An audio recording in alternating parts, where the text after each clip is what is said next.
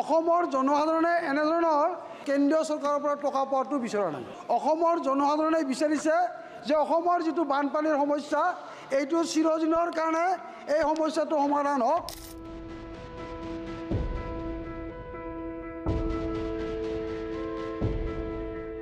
I am newcomer in this August House, but I was a member of Assam Legislative Assembly since 1985. I must support the budget. I must quote one line from the budget. AGP. I quote, Assam grapples with flood every year by the Brahmaputra River and its tributaries originating outside India. We will provide assistance to Assam for flood management and related projects. In this regard, I want to say something regarding floods of Assam. The geographical area of Assam is 78,438 square kilometers. Out of this, flood-prone area is 31,500 square kilometers. That is 39.5% of total land of Assam is flood-prone area. If we go to the national statistics, the flood-prone area of Assam is 4 times the national mark of the flood-prone area of the country. Record shows that the average annual area affected by flood is 9.31 lakh hectare. The flood-protected area of the state is 1,600 square kilometers till date. এই বছৰ যি বানপানী হৈ গৈছে এতিয়ালৈকে দুটা wave flood অসমত হৈ গৈছে আৰু এই দুটা ৱেভত অসমত এতিয়ালৈকে 98 জন মানুহৰ প্ৰাণহানি হৈছে, মৃত্যু হৈছে। এতিয়া অসমত টোটাল ডিষ্ট্ৰিক্ট আছে 35খন, ফ্লাড এফেক্টেড ডিষ্ট্ৰিক্ট হৈছে 34খন।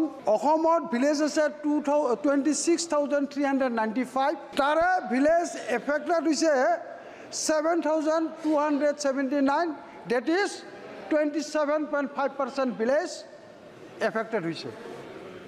এটা কথাটো হৈছে যে আমি কেন্দ্ৰীয় চৰকাৰৰ পৰা অনুদান পাই আছোঁ, আমি গ্ৰেণ্ট পাইছোঁ, টকা পাই আছোঁ আৰু আৰ্থিক সাহায্য পাই আছোঁ।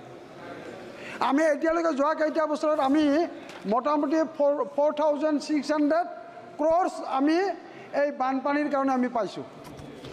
কিন্তু আজিৰ দিনটোত অসমৰ জনসাধাৰণে এনেধৰণৰ এই 4,600 এনেধৰণে পিচমিল হিচাপে তাৰমানে কেন্দ্ৰীয় চৰকাৰৰ পৰা টকা পোৱাটো বিচৰা নাই।